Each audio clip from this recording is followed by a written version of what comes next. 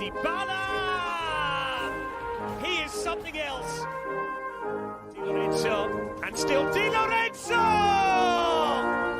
The captain brings the house down.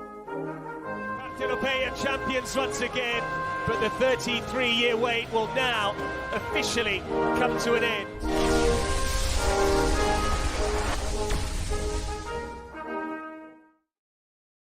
Ciao ragazzi, and welcome to another edition of Serie Sit Down, World Football Index's podcast for your Calcio to go. I'm Frank Crivello. He's Richard Carmen. Ciao, Richard.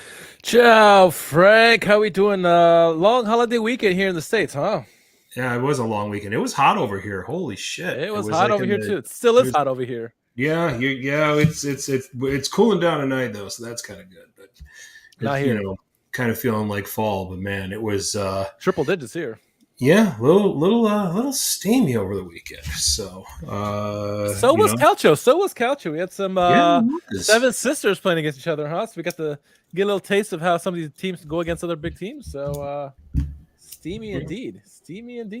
Yeah, I love how you segued into that. Anthony, stop taking my tweets. That was my tweet saying that Chelsea could use Ruben, Pulisic, and Giroud. So. And now you bring it into the chat like it's your own. Anthony, come on. We have conversations about this. We don't take people's ideas and pass them off as their own. So ciao Anthony, ciao Apex. Salute. What do we drink? Salute. What are we drinking tonight, everybody? I hope you're enjoying it. So I'm drinking some little decaf coffee for me. Throat's a little Okay. I finished some water, but now I'm enjoying a beverage. So it's what it is. So, we have a loaded show tonight, Richard. Yeah. We got a lot to unpack. So I think we're going to go so hard tonight. We can take off next week since it's the international break, and we do take we do take those off. So we might pop in to kind of give a discussion of the Derby della Madonnina taking place on September 16th. We probably should, and we might do a little bit of we might get a preview in next week, but we'll see. We'll play it by ear because we got so much to cover. And I will say before we get out of here tonight, we will make our final predictions of the Serie A season. So if your panties were in a bunch after the first time we mentioned this, hold on to your horses. Oh yeah, we have made some changes. We have made some shifts. Each of us have. I'm looking at my predictions in front of me here and still thinking, I think this is right, but I will. I'll be interested to have that conversation with you when we get to that. So, Frosinone, don't worry, you're still last. Yeah. Who won Calcio Twitter is time permitting this week, just because we have so much to cover. We have match week 3. There were 3 big games. We have the reaction to the draw for the respective European competitions featuring the Serie A teams. Spalletti, his first tests as Italy boss. And then also, a roundup of the Mercato. That's all been closing. So much to react to. Yeah. So much has happened since the last time we were with you. And we want to give that its due. So let's start, Richard, by going through, we'll start going one by one on the big games on the weekend. And let's start with Roma and Milan. It was Mourinho lining up with his typical 3-4-2-1. Some will call it a 3-5-2. I think it was a 3-4-2-1. Patricio in goal, Mancini, Smalling, Llorente, Celik and Zalewski as the wingbacks, Paredes and Cristante in front of the back 3, and then it was El Shaarawy, Aouar, and Belotti. Milan coming out with Maignan, the 4-3-3 that they've been starting to play, Calabria, Ciao, Tomori, Hernandez. And then you've got Krunic, Ruben Loftus-Cheek, Tierney Reinders, and then you had Leao, Giroud, and Pulisic. So Pioli continues to start the same 11. But let's. This game happened on Friday. Everybody that's in this chat that's listening, everybody that saw the show saw it. Milan win. They win 2-1. They get a penalty in the 9th minute, scored by Olivier Giroud.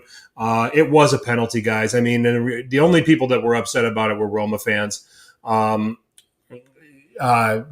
could have almost argued that was a clear goal-scoring opportunity because once he got through Rui Patricio until Rui Patricio tripped Ruben Loftus-Cheek. So they go up 1-0, and then in the second half, just 3 minutes in, Rafael Leao scores from sea level. A goal of the week candidate there to put the Rossoneri up 2-0. Clearly, if we had a 1 week crap on a cracker, this guy's the captain, Fik Tomori. Yeah. With just another boneheaded challenge on Andrea Bellotti. 1 yellow plus 2 yellows equals a red. And I'll come back to that in a minute. Milan had to regroup, get down to 10 men. And it was in stoppage time. Spinazzola with a goal that ended up being deflected, but it's a goal that's credited to Spinazzola, making it 2-1. Made it a little bit interesting, but in the end, Milan hold on, win their third in a row. Let's talk about it from the Milan perspective, because it's a Jekyll and Hyde type of situation with them. Yeah. Right? Completely dominant for the first 60 to 70 minutes. The red card happens. They have to regroup. One of the notes that I mentioned, and we talked about this, is that, okay, they have to now defend. Roma's going to have the ball for larger periods of time. And I like what Pioli did with the substitutions. He went with, he brought Leao out of the game, brought Pulisic out of the game, brought Giroud out of the game, had to bring in an extra midfielder so Popega comes on. But he goes with Okafor and Chukwueze, who have pace and are guys you can counter to, that can run at. And we talked about this going in. If you could isolate these Roma defenders in 1v1 situations, they're weak in those situations, especially Smalling, who has gotten smoked a couple times coming in. So I liked how Pioli said, all right, I can take my chances defending with 7. I got a 2-goal lead, but if you guys slip up, we're countering and we're getting behind you with these guys.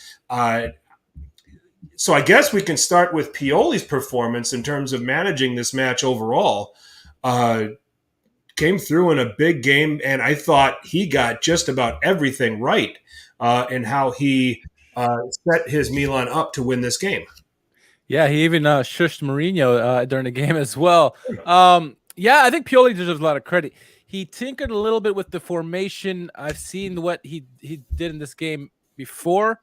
A little bit this early in the preseason. I saw a little bit at the end of last year, but brief moments, not like we've seen a little bit more stable this year, where Teo and Calabria come in the middle of the midfield, and you see Krunic dropped in between Tomori and Chao. So like a new back three with Teo Hernandez and Calabria, a little bit more freedom in the middle, which has been an interesting wrinkle because, as Pioli understood from last year, the midfield tends to win the game. And if you can control the midfield, that's how you win the game. And I thought Pioli did a wonderful job. Milan did a wonderful job. Completely dominant. Mostly, you got to give credit to Pioli for getting his guys ready instead of for the play. He understood where Roma were going to be weak, where they're going to go for the attack, and he shut them down. He went for the attack. Milan, we'll compare this to the Napoli Lazio game later, but I thought Milan did very well, created a lot of opportunities, and really, I don't think. Well, one, Roma had no opportunities on target in the first half. And really, it's a tale of two games, right? The first 60, 70 minutes, Milan were completely dominant. I mean, they were playing them off the park. Especially 2-goal lead, could have been 3. Once that red card happened, it was a little bit more of an even game. Yes, Roma had possession of the ball, but I think, again, to your point, Pioli really with the great substitutions. The one thing I will yell at him about is, and I think Bonetti may have brought this up on the telecast, was that you guys on a yellow, take him out earlier and put on Kalulu, right? I mean, they did that. He did that, I don't know, last week or the week before, where Chao had a yellow card and he took him off early. So he should have done the same thing with Tomori here. But other than that, I thought the substitutions were great.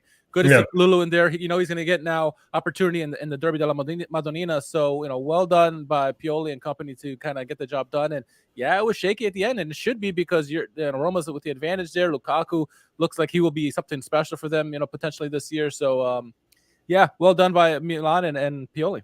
What's aggravating about this red card, the 2 yellows, both fouls didn't need to happen. Both were in situations where Bellotti had the ball. Yes. Was Bellotti a danger? Absolutely not. Back was to the goal. Back was to where he could be dangerous. And Tomori fouled him both times anyway and got booked both times. I mean, it's just clumsy defending from him. I think where Milan fans have been critical over the past several months with him is that it's not in his tackling or his late tackling or his fouling. It's his positioning and tending to get lost sometimes.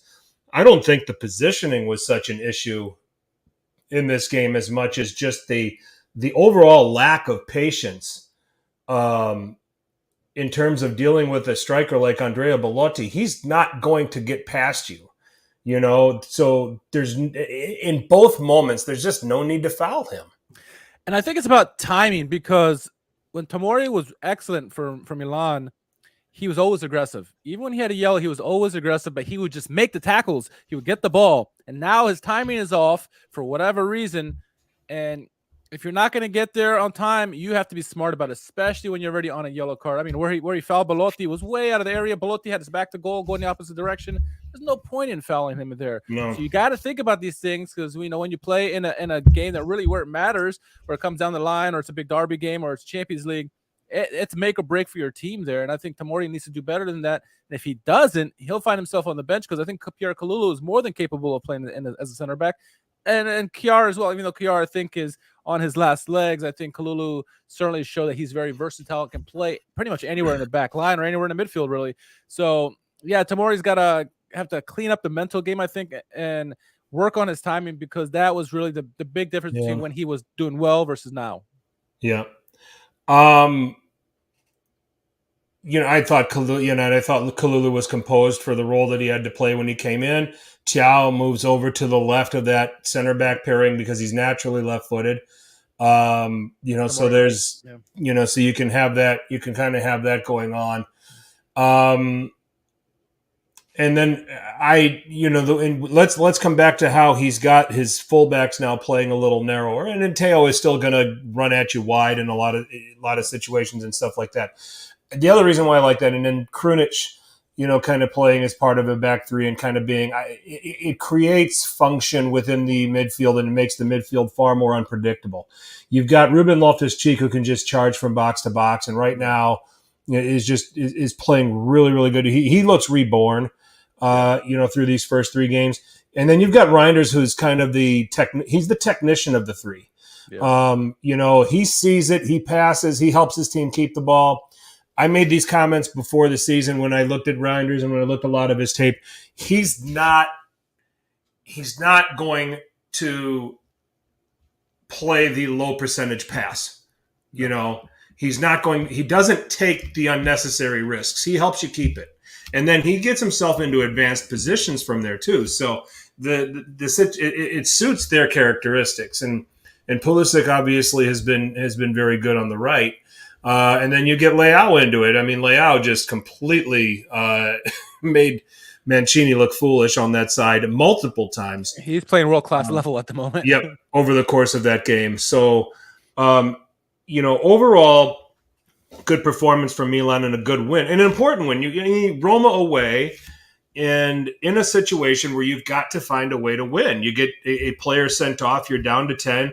You've got to close the game off, and I thought that Pioli made the right decisions in terms of doing that. Now, I'm going to play a little bit of devil's advocate here. The Roma that Mourinho put out was basically Mourinho's hand is forced because he doesn't have all of the players at his disposal that he wants. He's got injuries, Dybala chief among them. Pellegrini can't give you 90 minutes yet. So this becomes a very predictable Roma side where it's going to come to Belotti, and you're hoping that El Shaarawy can get through. Otherwise, you're going to need to get it out of the wingbacks. But there wasn't really anywhere for Roma to go. And when Roma got the ball, there wasn't, there's Belotti getting the ball and holding it, but I didn't see a lot of El Shaarawy going out and running in front of him and getting into dangerous positions, or Alwar when he was in and then he got hurt. And then when it comes back to Pellegrini, well, Pellegrini's just sitting in a midfield position behind the striker. It's not his game to go running in front of the striker and getting into, his job is to pick out El Shaarawy. Well, when that happens, all right, we're going to come back to Pellegrini. And as a defense, we'll just drop off because El Shaarawy's running or Zalewski's running or Celik is running, and we can just deal with that as they come in, and we'll be able to see it, win it, and go the other way. So I will say, while it's an impressive win when you just look at it in terms of the overall fixture, when you peel the onion a little bit, you look at it and say, this isn't the Roma that we're going to have once all of the parts are ready to go. So in the end, you're just going to say Milan should win this game, and it's a good thing that they did. Yeah, and you even kind of said so in the last podcast. You're like, there's no way really that Roma should win this game based on the way these two teams are playing at the moment. I think the way Mourinho lined up his team, well, like you said, this is what he had to go with.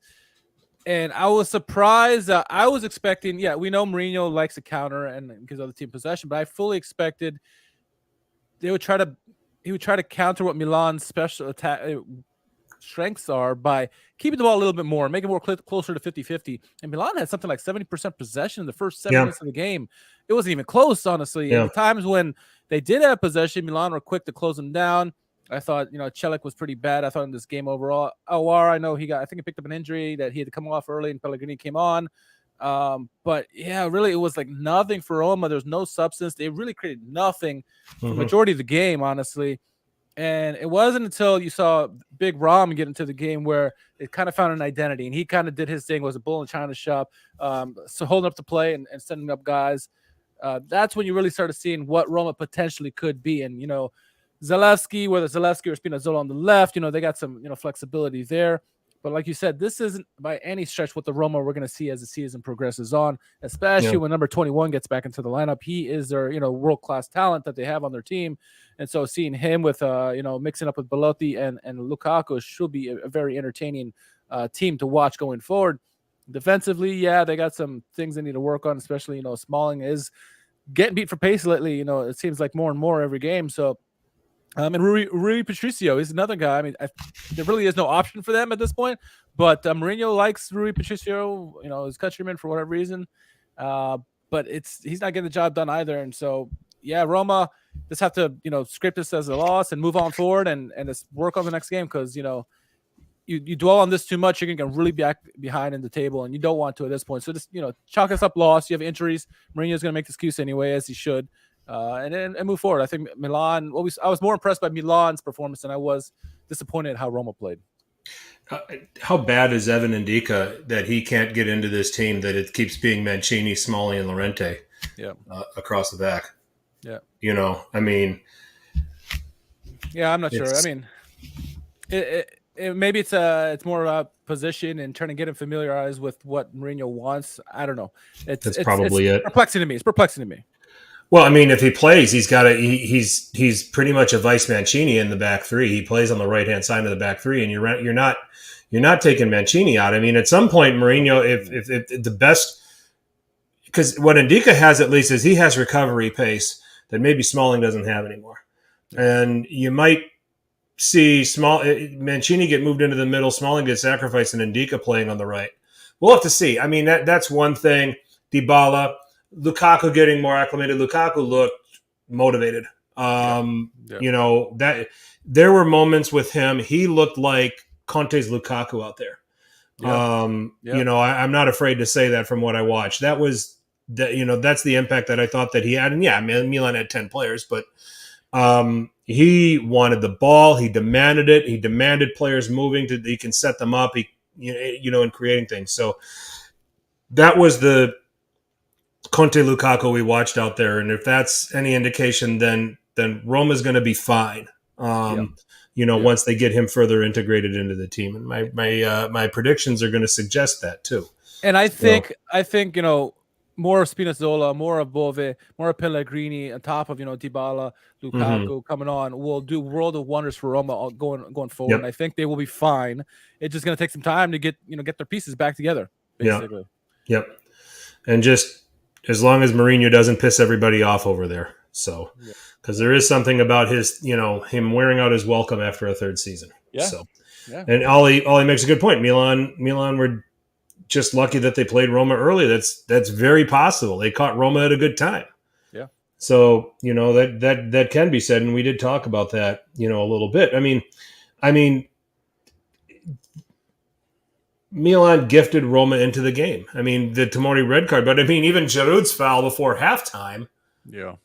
I'm reminded of, you ever seen, it's an old video from old English football from the 90s. I think it might have been 90s or late 80s or something like that. It's an old English comedian by the name of Danny Baker. He had a thing called Own Goals and Gaffes. And it's just it's a tape full of own goals and silly mistakes that are where it's all comedy and that sort of thing. And I'm just reminded of a segment of a clip that he showed where a number 9 from the other team tried to come all the way back to help his team defend, and he gave up a penalty. And it's like the rest of his team were looking at it and said, "What are you doing back here? Go away!" It just kind of reminded me of that when Giroud committed that stupid foul, and I think he committed it on Pellegrini. It's just like, everybody's compact. They're waiting for Pellegrini. What are you doing coming back and fouling him and letting him just have a free kick and having him a chance to regroup? It just is like there were enough mental errors that a 100% Roma might have done something with this game. Yeah. So, that's the one thing. If we're going to play devil's advocate about Milan's performance, we really need to pay attention to that. We can sit here as Milan fans and smile all we want about being played 3-1-3, 9 points, and all of this other stuff, and perfect 100% record going into the derby against Inter, who has a 100% record. But we got to really look at the reality, and that is, a full strength Roma, and this might be a different story. Well, we go from one Roman club who, when the rare time they got the ball, they did nothing with it on the counter, to a team that did everything in the world and did almost played a perfect game. And I think they did play a perfect game.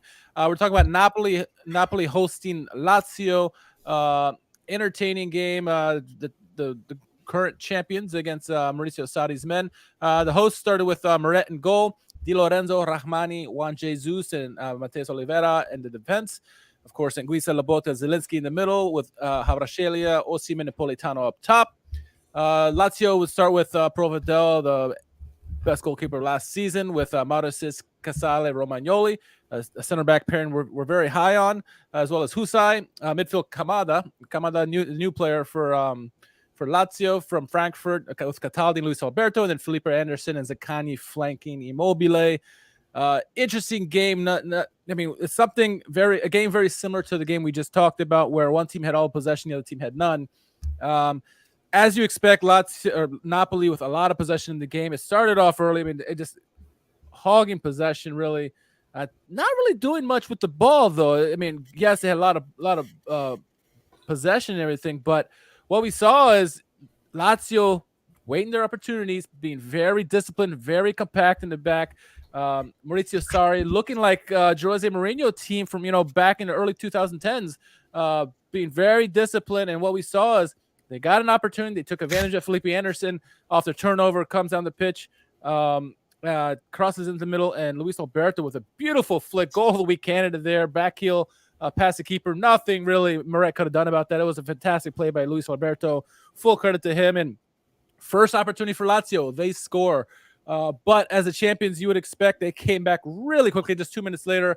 Zielinski, and really Napoli's first opportunity of the game themselves in terms of putting a threat on Provedel. Zielinski takes a shot out of urgency. Obviously, they're down 1-0, gets a nice deflection, goes into the back of the net, 1-1. And look, you're thinking, okay, here we go, get some goals. Napoli finally woke up. They go to halftime by that score. Coming out of the gate in the second half, again, more possession by Napoli, but another turnover. Felipe Anderson getting involved again, plays a pass, nice dummy by Luis Alberto, completely fixed out the defense by Napoli, finds Daichi Kamada, who puts a wonderful shot past the keeper, 2-1, and that's basically like 2 shots, 2 goals for Lazio. I will say there's 2 other goals that were scored by Lazio just after this, both taken back, both offsides, good calls, but it shows you what Lazio is capable of. We saw some substitutions in this game, but I think where I want to start with this is that 2 teams that look good, but I think, comparing Milan's possession versus Napoli's possession is that Milan looked like they were doing stuff. They were dangerous when they had the ball. Napoli really didn't do much offensively. Yeah, they had, they were just missing their passes, but in terms of the dangerous opportunities, Lazio had the majority of the dangerous opportunities in this game, and they only had the ball. It felt like umpteen times. It really wasn't that much. What were your thoughts on the way Maurizio Sarri was able to line up his team and kind of soak up the pressure that Napoli were able to put on him. I wanted to rewatch some of what went on in this game so that I understood what I saw, or I could confirm what I saw. And I think where Lazio started was completely compacting the 18-yard area and basically smothering Victor Osimhen. Because what do you see when teams play against Napoli? Okay, and why is Osimhen so successful in scoring goals? He's got a good box presence, knows where the center backs are going to be, drifts off of them, ball gets played to him, he scores. Okay, you saw Cataldi and Kamada, not so much Luis Alberto, but he had his moments where he dropped in there. Yep. That they got into the box and they just went ahead and occupied some of those spots that Osimhen would drift into. Okay, so Osimhen finishes the game with 3 shots off target and 2 shots blocked. Okay, because there's no room for him. There's no room for him to finish. 1 shot in the skybox too. Yeah, exactly. So Lazio said, we're going to choke out all the spaces that Victor Osimhen likes to get into. We're going to take our chances with Kvaratskhelia doing what he does on the left, and we're going to take our chances with Zielinski from distance. And realistically, the only way Napoli was going to score with the way Lazio defended in this game was the goal that came from Zielinski. Okay, from distance, taking a deflection. I mean, that's how well Lazio executed this. And some of it, you're going to need a little bit of luck. You're going to need Kvaratskhelia to be off target, and he was with his chances. He had that best opportunity for Napoli outside of that Zielinski goal, where Prova dealt with a fantastic save. Probably first 20 minutes of the game, wonderful play by Kvaratskhelia. Pretty much the only thing he did all game. Yeah, so that was all intriguing to me, and I think that Lazio. I mean, Milan obviously have a blueint for how to beat Napoli, as they demonstrated multiple times last year, and Lazio now have their way of doing it. So, so that was interesting. I mean, it was like, okay, it was a lot of possession, and I wouldn't say no purpose for Napoli. I just think that Napoli were just taking what they were given in this game, and what they were given were chances that Lazio were happy to live with, and credit to them for. And you need a little bit of luck to win a game when you're going to take your chances with letting Kvaratskhelia have a lot of chances, letting Zielinski have a lot of chances through the midfield. But the right-sided player didn't get involved. And I couldn't even tell you who was playing on the right for Napoli in this game. I would think it was it Politano? Yeah, he was trash. Yeah, SofaScore gave him a good rating. I thought he was terrible. So, and I'm not sure what Anguissa was doing. So, Dominic, Sarri's come to his senses about Luis Alberto, hasn't he? He was masterful in the game. Outstanding. Couple more comments that I have here. I mean, the one time I think that's the first time Kamada has ventured into an opponent's penalty area in the 3 games he's played in for Lazio. And look, he scores a goal. Yeah. He'll do that more often, probably. Maybe. But I think now the 2 goals for Lazio, as wonderful as they are, I think are just as much an indictment on Napoli defensively. I think the concentration was completely lost, especially on the Luis Alberto goal, to leave him that wide open. Yeah. A lot of ball watching and not a lot of tackling from Napoli in both situations. Because as great as Luis Alberto's goal was, you man mark him and that doesn't happen. Okay. And then Kamada's goal, realistically, when you go back and look at it, was so low percentage because you had a defender right in front of him, and he doesn't do anything to close him down and try to deny the shot. So they were. So, I mean, it's a Lazio that did not really pressure that Napoli defense and still scored 2 goals. Yeah, they were timely pressing in this game. It wasn't like they pressed way behind the pitch and try to make them defenders lose the ball. No, when they pressed around the midfield area. What we saw, a little wrinkle, is like, you mentioned how they smothered Osimhen, right? They did let Kvaratskhelia get the ball, but what they did was so smart, and Sarri in particular, Modesic did very well, but he also had Felipe Anderson. It wasn't Kamada or any of the midfielders. It was Felipe Anderson who would come back and help Modesic out. You see the double team, sometimes eventually at times a triple team, And this is what we saw last year with, Rafael Leao coming off his MVP season. Teams started double and triple teaming him and say, you got to find a way to beat us. Teams will be doing that this year against Varashelia, where say, like, he's not going to beat us. Or if he is, he's got to find a different way to beat us and prove that he's world class. And so what we saw is Felipe Anderson doing a marvelous job back checking, or as we say in hockey, to help Marasic out, and they did fantastic. It was frustrating him early on before Felipe Anderson got involved. That's where Havrashvili got his shot, and Provedel had to make a big save. After that, Sarri and Lazio adjusted and kind of limited that chance and forced, hey, Zelinski's got to beat us. Lobotka, they left Lobotka wide open, let him shoot, and he was struggling to get shots on target. Politano wasn't doing anything.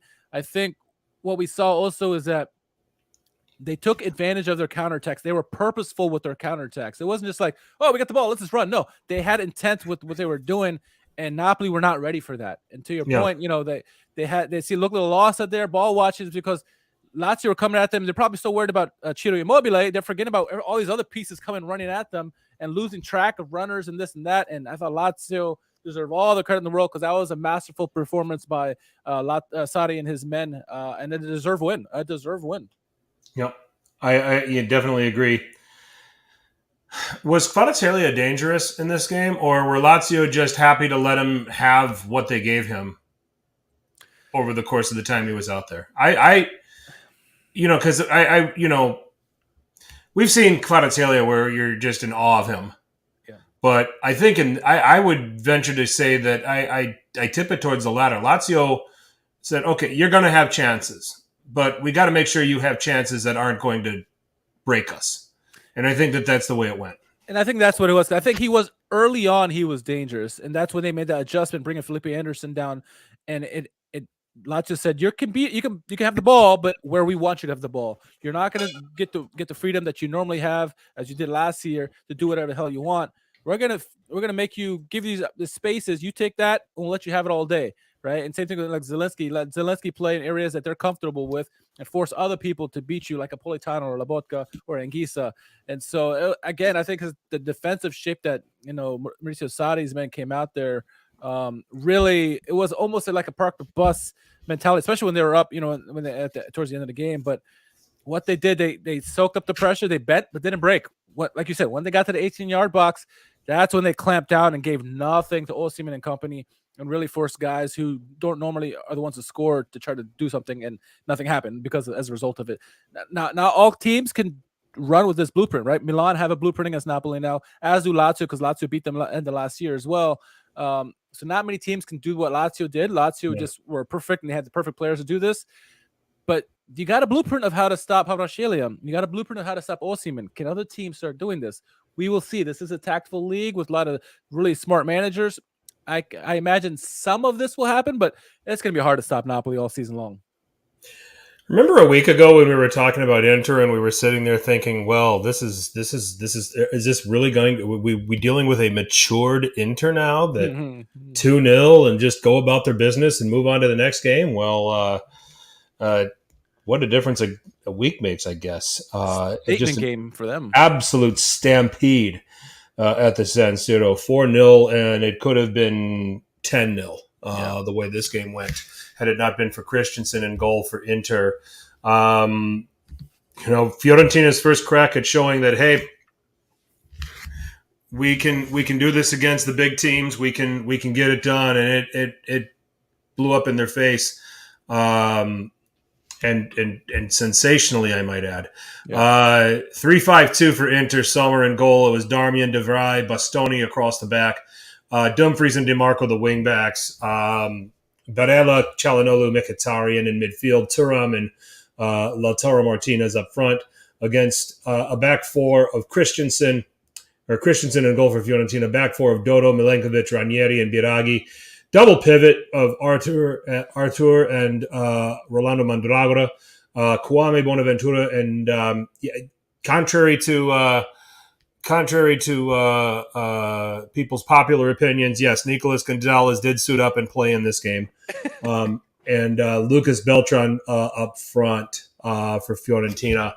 Inter absolutely blitzed Fiorentina, a 4-0 win. Marcus Thuram heading home, a DiMarco goal. DiMarco was sensational in this game. Lautaro Martinez finishing a chance from Marcus Thuram. Çalhanoğlu, a penalty in the 58th minute, and then Lautaro finishing it off on an assist from Juan Cuadrado coming in off the bench. I mean, Inter just completely had their way in this game, Richard, but I'm going to start with – I'm going to devil's advocate this just a little bit. I mean, we can sit here and be in awe of Inter and all this other stuff, but I am going to devil's advocate just a little bit. All right. This is an incomplete Fiorentina team that just lost Sofiane Amrabat, that plugged a backup wing back / left back into the center of defense in Ranieri. Okay. So two completely noticeable differences with what Fiorentina is accustomed to lining up. That said, if you're a good team, you're going to exploit where your opponent is deficient. Okay, just like Milan was able to carry on because Roma was going to be predictable at what they did, Inter was going to just completely pick apart what Fiorentina was coming at. They probably watched tape of how Lecce did it over the course of the second half of match week 2. Yep. There were some noticeable carbon copy stuff going on there. Not to say that Inter is trying to steal Lecce's playbook in how to attack, because Inter can do it quite well without Lecce's help. But there were some noticeable things that went on through there. But completely tore through Fiorentina on the counter. Ranieri, just not a center back, looked completely lost in this game. And Dodo was just completely exploited. I mean, how many of Inter's attacks were on that left-hand side and featured Federico Di Marco? I mean, everyone almost. Yeah, just a complete beating. So I've made my points. A little bit of devil's advocate here because Fiorentina has some square pegs and some round holes in the lineup that they played in, but nonetheless, that's a special performance from Inter. Yeah, and as Ali mentions in the chat, Fiorentina played most of these players in the game on Thursday against Rapid Wien, and so they were tired. And Inter took advantage of them on the counterattack and played a fast pace that they knew that Fiorentina would not be able to keep up for 90 minutes and just batter them. And as we said last week, Inter have ways of the 1-2-0, and then kind of sit back. In this game, they went for the cutthroat right at the beginning, and it kept going. What I like about Inter's attack in this is it was waves, and they would come at you. It wasn't just like one attack coming. It was like a wave and wave and wave, 3 waves at a time on an attack. And so you miss one, but there's like a follow-up guy, the guy after that right there. And so it's like you never know which guy these runners are coming from. They come from all over, and obviously Di Marco having a fantastic game. Him linking up with Thuram with a wonderful, wonderful cross there. Di Marco's obviously fantastic. Lautaro Martinez is, since he got into captain's armband, and really towards the end of last year, he kind of got to another level when he plays defensively, meaning he backtracks and tries to get the ball back. He just goes to another level, and he's more engaged into the game. The goal that I don't remember which goal anymore because it scored so many goals. But one play where he intercepted the ball and caused a turnover. Di Marco got the assist. I think that might have been the Thuram goal, honestly. But yeah, Inter looked so good in this game. They found a way to make Dumfries effective in the game. Çalhanoğlu again with the deep line position with Mkhitaryan and Barella. I like it there. This team is so freaking deep as well. The pieces that they got are fitting in nicely. Sommer, Thuram. And so obviously they got a couple guys coming off the bench that we haven't even seen yet. But this team and Inzaghi really deserve all the credit because they found the first 3 opponents. They found their weaknesses and they exploited them. When they had to be cutthroat, they were so far the first 3 games, as they were in this game, or like in last game, they kind of take the foot off the pedal and just kind of manage the game, which they did. So, man, it sets up an enticing matchup coming up here in a little over a week's time, a week and a half time. But Inter looked just amazing, and incomplete is the fair grade to give Fiorentina for sure. Yeah, but this is what you do if you're going to contend for a title. If a team is weak, if a team is vulnerable, you hammer away at it, and you don't make any excuses, and you don't apologize for it. And that's what Inter were. I mean, the astonishing statistic for me is the possession, because if you watch this game, you would never think that Inter only had 40% possession in this game. I know. I mean, with what they did with the ball was just brutally efficient.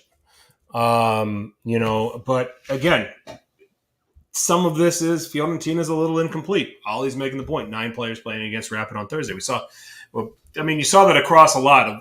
There were teams that were playing in Thursday qualifiers. And you go to the Premier League. Aston Villa got played off the park against Liverpool after many other guys had to qualify. I think they're in the Conference League. But we're completely outclassed now, played by Liverpool. And you look at that Aston Villa team and you're like, they shouldn't lose 3-0 to Liverpool. Yeah. But I digress. So it's taking advantage of certain situations. And if you're going to win a Scudetto, you have to certainly do that.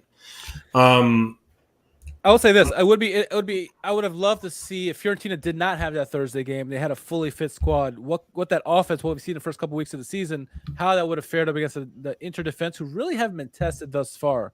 Yes, they've been solid defensively for what they've had, but again, this is a weakened Fiorentina team that really didn't have their A game with them. And so, what would it be like if they did? Well, we'll find out. Again, the derbies very soon. Yep.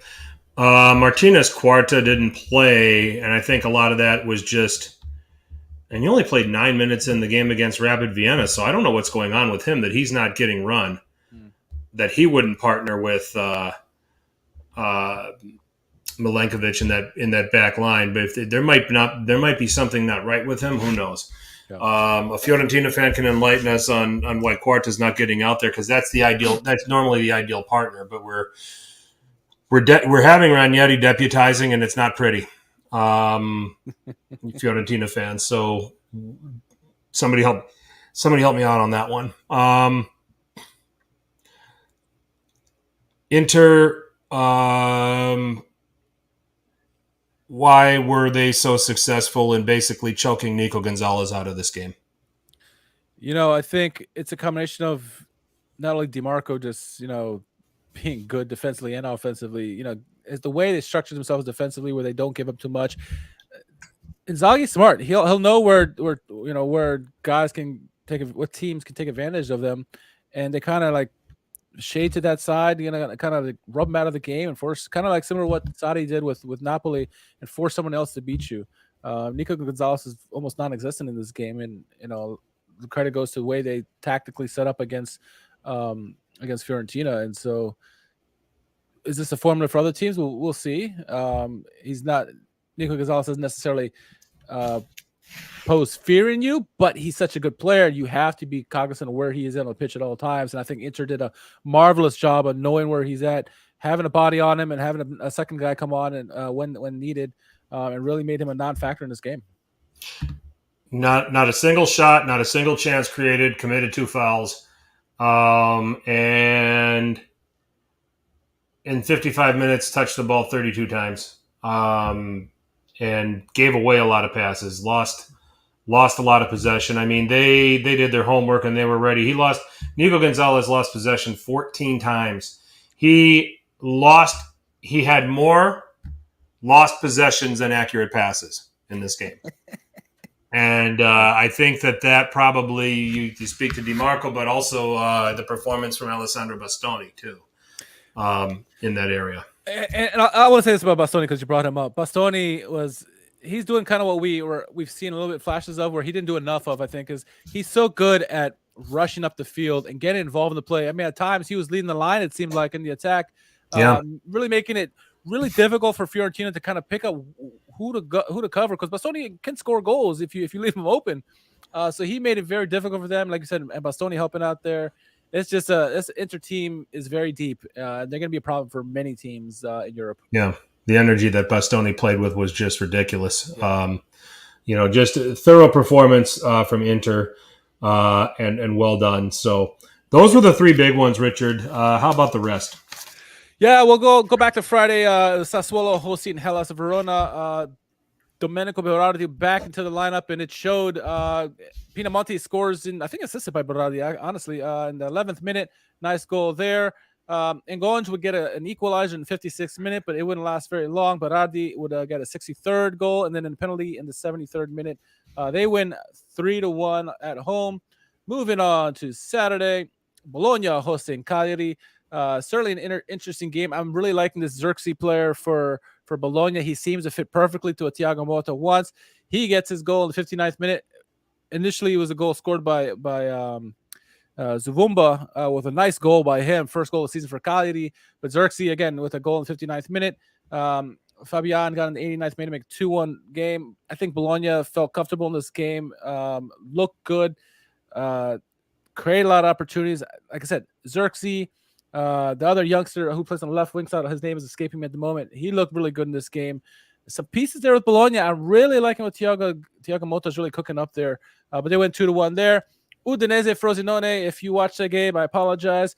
There were 2 penalties in the game that were taken away. There was a own goal that was taken away, and there was a goal line clearance in the game. But there will be no goals in this game. 0-0. This game ends. Moving on to Atalanta hosting Monza. 2 actually pretty good teams. I think 2 teams will be towards the upper end of the table this year.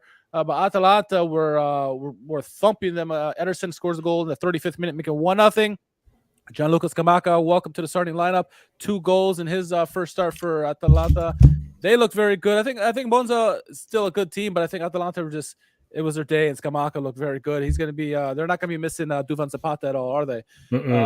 Moving on to Sunday's games, we had speaking of Duvan Zapata, his new team, Torino. Torino hosting Genoa. An entertaining game, back and forth. There were some chances here and there, but really no goals. It looked like we were going to another 0-0 draw. But Radonjic in the 90th plus whatever gets around his defender and then puts the top shelf goal short side. I mean, the goalkeeper probably should have saved it, but it was a wonderful shot by Radonjic. That's the game winner there. 1-0 for Torino. Excellent by them. Moving on, Empoli hosting Juventus. Interesting game. Danilo was a goal was scored early in the game. Call back. Danilo interfered with Berisha. Good call there. Danilo, though, would get a goal back a couple minutes later, make it 1-0 in the 24th minute. We saw Berisha made some nice saves in the game for Empoli, but really it was pretty much Juventus doing what they had to do. And Chiesa kind of seems rejuvenated this season so far. Made some nice moves, came close a couple of times, but finally got his goal in the 82nd minute. 2-0 Juventus win on the road. Nice victory for them.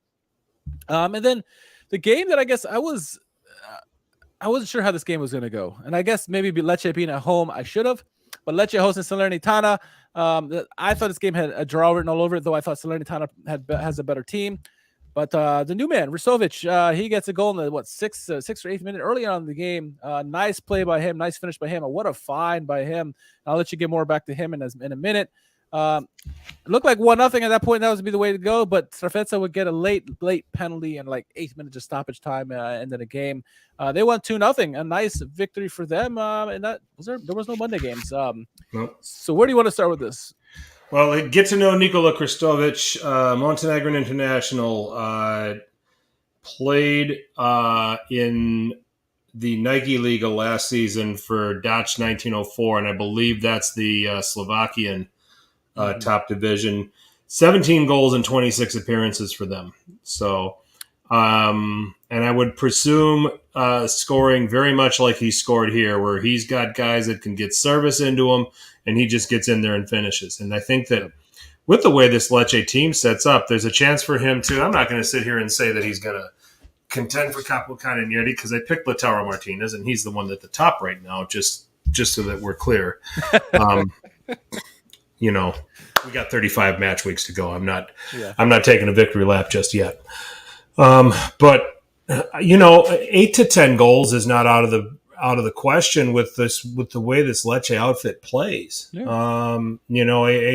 And I think one of the things that you got to look at is that, okay, right now when you're looking at Banda and you're looking at Almqvist, they're probably creators more than scorers. So you're going to need more than Strafezza to step up and provide goals for you. So Kristovic might be very interesting here. Might be your typical 9 that can get on the end of things and someone that you better know where he is. So let's see more of him. And let's see what happens with that. But I think Lecce is turning some heads here. I think that we talked about them in the preview and thought that they slumped so much in the second half of the season that they found their way, into fighting it off to stay up. But I think they got smart in how they restructured their squad. They went and recruited players that nobody else was looking at, and they're turning out to be decent players. Almqvist we talked about already, Kristovic now. So, I mean, gonna be so shocked by where I have them when we do the final table predictions.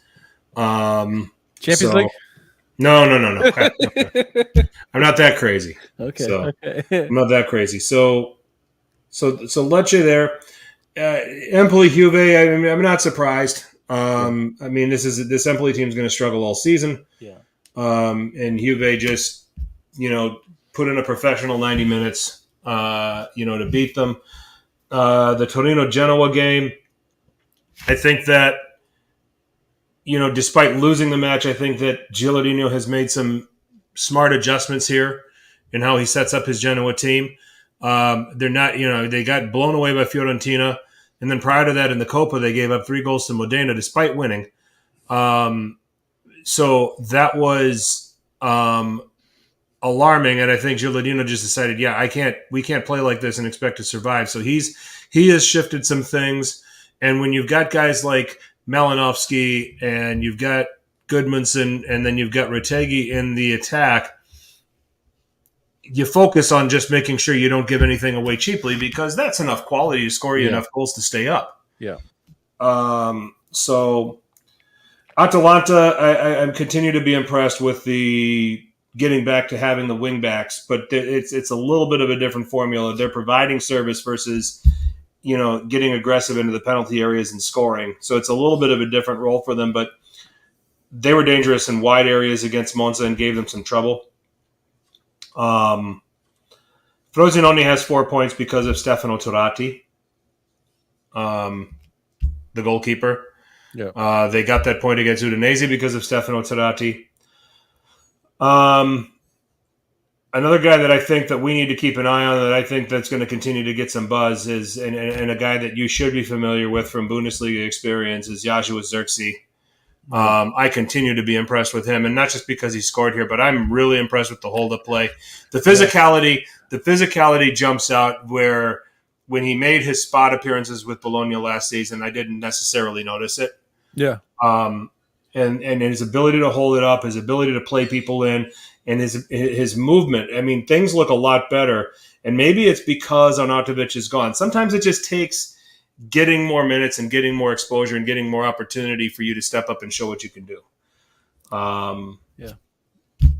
And then Sassuolo Verona, I mean, I tweeted it out after the game. I said, the reason why you don't overreact after 1 or 2 weeks is evident in this Sassuolo Verona game. This is exactly what we probably expect from both teams moving forward. Sassuolo very dangerous in attack, still going to give up the occasional goal.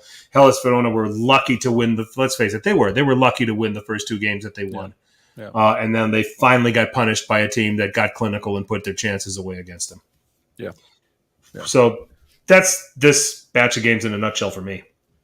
Yeah, going back to the Zirkzee comment, last year when he did feature, he didn't really make an impact in the game as he is now. He just found another level where he's able to hold the ball so well and use his physical abilities, not only his size but his pace as well, and his vision to kind of get other players involved. And he has this nose for goal that we didn't know he had. And like you said, maybe it's the thing where they lost Arnautovic and he kind of got a chance to get an opportunity. He's taking full advantage of it. And so I'm curious to see how Thiago Motta continues to build upon this with Zirkzee, especially riding the hot hand early on. So excited to see the way they're playing at the moment. Cagliari, they're a team that's going to have to figure out ways. I don't want to say Ranieri is going to be a guy who's going to be in the hot seat. I think they're going to have too much respect for him to put him on the hot seat just yet. But they need to provide more, and it's good to see Zavumba get the early goal for them and their first goal of the season. But they gotta find better ways to score. There's only the first goal of the season, 1 goal through 3 games. They gotta find a way to get the ball in the back of the net. And on top of what you said, go back to now Atalanta game. Scamacca, it's a bit impressive what he's done with them. I think it is a testament of what Gasperini can get out of his players, making them reach their full potential. A couple players, former players, that had some scathing remarks about him. I was just going to say, what did you make of those comments? Joachim Miller was pretty outspoken here. Yeah, Demirel as well, and a couple other ones, but there were also some that came to his defense. I don't know. I mean, I think there's some truth to it. I mean, obviously, we saw what happened with Papu Gomez years ago, and all that. All of a sudden, that this fills with doubt. But I think it's when a player falls out of favor, they can look at the manager negatively. I don't know. I'm sure Gasperini has his quirks, like the comment he made about Mela made about not being able to ride with Hoyland. I think that's a little absurd. Right? If that was true, which Demirel says it was, that's mind blowing to me. I don't understand that part because he wants his players focused. I guess I don't know, but it's every good manager, every manager has their quirks to it. They just do. I mean, there wouldn't be in this business being devoting like 90 hours a week to to football if they weren't a little crazy. So I'm sure he has his quirks, but again, if you fall out of favor with the manager, you're going to be a little bit more angry at them than if you were playing all the time and having a fruitful career. So I don't know. I'm not. I'm curious to read more about it. Obviously, I want to hear Demirel apparently is going to have an interview. It's going to come out. I'm curious what that's going to be like. But I think the current batch of players right now, they're doing really well. Obviously, Talada is doing fantastic. Scamacca is doing fantastic. He seemed to have Luis Muriel happy at his role of being a relief pitcher, if you will, like using baseball terminology. He just comes in at the end and tries to get you some goals there. It's an interesting team. They haven't been tested yet defensively. I thought Monzo had some opportunities to create in this game, but they just, for whatever, I guess Atalanta doing well enough defensively, but we'll see how they do when they play some of these Seven Sisters, how they react to teams that have, more of a fire punch on the offensive side. So let's see what other game I'll talk about Sunday. No, I mean, not much on top of, Juventus looked good against Napoli as you expected, like as you said. For me, really, the head-turning game would have been Salernitana Lecce. Even though as I mentioned, I should expect Lecce to do well at home because they always do. But I fully expected Salernitana to do a lot more than what they did in this game. And full credit goes to Lecce for defending them for 90 minutes. But Lecce was able to hold back some of the stronger players that they have, whether it's the Contreras, the Boladier, or whoever. Ochoa is a great goalkeeper. Didn't really have to do much in this game, but I think Lecce are doing what they have to do. As Hellas, they snuck a couple points already early in the season. Lecce, all the points they can get now, the better for them for a chance for survival. And it'll keep them further and further away from the relegation zone. The way if they keep playing this way, if they can get majority of the points at home and then steal some points on the road, this team's gonna be looking pretty in terms of surviving for another year. And I think they're more than capable of doing it. I think it's fine enough. Kristovic is wonderful because they, like you said, they got the playmakers on the team. They just didn't have someone to put the ball away. And maybe they got a guy now. He obviously can score goals because he did this in Slovakia or wherever. So, yeah, it'll be interesting to see if they can continue this going forward. And hopefully it's not just a one-hit wonder with Kristovic and they can find some kind of steady success where he gets 10, 12 goals this year. Who knows? If they do, Lecce are sitting pretty for this season. So, okay. Well, now that the transfers are done, the window is done. Let's jump into it. Our predictions. Okay. I think the easiest thing to do, let's start from the bottom. Who do you have getting relegated? Let me find my list. Who would I find getting relegated? Yeah, so I'm going to say this. A lot of people got bent out of shape with the predictions last time. This is just our opinion. If you don't like it, tell us who you'd see. Or get your own podcast. Or get your own podcast. But don't cry about it. It's unbecoming, all right? Just don't cry about it. Just tell us who you want instead, okay? Look, I mean, listen, and we both initially said that Milan were going to win the Scudetto. And here's the thing. You're Milan supporters. Well, of course you're going to pick them. I said, we back it up with valid reasons for why we're making the pick. Okay? Yeah. But go ahead. Okay, for a relegation this year, I am predicting Frosinone, dead last. Hellas Verona, 19. 18, George, earmuffs, George. Cagliari relegation. I think it'll be coming down between Cagliari and Empoli. Oh, so you've got Frosinone 20, Hellas Verona 19, Cagliari 18. Yep. George, it's going to get worse. I actually have Cagliari 20. Oh, God. I just don't think they're going to score a lot of goals. That's what I was saying before. They got to find ways to score. It's looking bad right now, but Ranieri can tactically set these guys up so much, but eventually there's got to be some talent. I mean, Lavumbo looks good. but it's hard to, it's there isn't a player on the other side that can create the same kind of problems. There isn't a lot of pace to that team. Yeah. Okay, and that's the thing that concerns me. How do you change the speed and that sort of thing when everybody goes the same pace except for one guy? I've got Frosinone 19th. Torazzi's luck's going to run out, and the rest of the league is going to figure Frosinone out over time. And then I've got Hellas Verona 18th. So I'm with you on the three that are. I'm with you on the three that are going down. Like I said, I thought Hellas Verona were awfully lucky in the first two games. To win for sure. And I think that what happened at Sassuolo is much more representative of what I think Hellas Verona is going to be this season. Now I banged the drum for Hellas Verona to stay up last year, and I'm saying, okay, now this is the time they go down. So, so there's that. Okay, then let's do 13 through 17. Gonna be struggling, gonna be flirting with relegation, but in the end are gonna be safe. 13 through 17. All right, so 13, I'm gonna go Salernitana. 14, Udinese. 15, Lecce. 16, Genoa. 17, Empoli. We didn't even read each other's notes. This is like boring to the rest of the to everybody listening to Great this. minds think alike. The same 5 teams, but I've got them in a different order than you do. Okay, so who do you have 13? Salernitana. Okay, I have Lecce. I'm buying in on what I'm watching. I really am. I think that they can finish 13th. I think that they can score goals. I think they can. Certainly they're going to give up their share, and certainly they're going to get battered by the better teams in this league at some point. Okay, but I'm buying in. I'm with you on Udinese at 14th. They survived because they were able to keep Samardzic. And I think Wallace is another really good player that they're going to make some money off of in that midfield too. Salernitana 15th for me. And that might be a little harsh on. So I might in the end of the day move Salernitana. I should, if I do a formal final one on Twitter, I might put Salernitana ahead of Udinese. I think that Salernitana just have a little more talent than Udinese do. You could flip-flop those, and I wouldn't fight you. And I like Ochoa as well. Ochoa is a really good goalkeeper for them. Agreed. And then 16th, I've got Empoli. I think they have just enough playmaking to score some goals against some of these bottom teams to keep themselves in it. And then 17th, I have Genoa. I like Retegui, Malinovsky, Goodmanson. That works. I like that Gilardino's realizing that he's going to have to make some adjustments in order to survive. And they're at least backed. So I think that so that works for me there. Okay, so let's go now 8 through 12.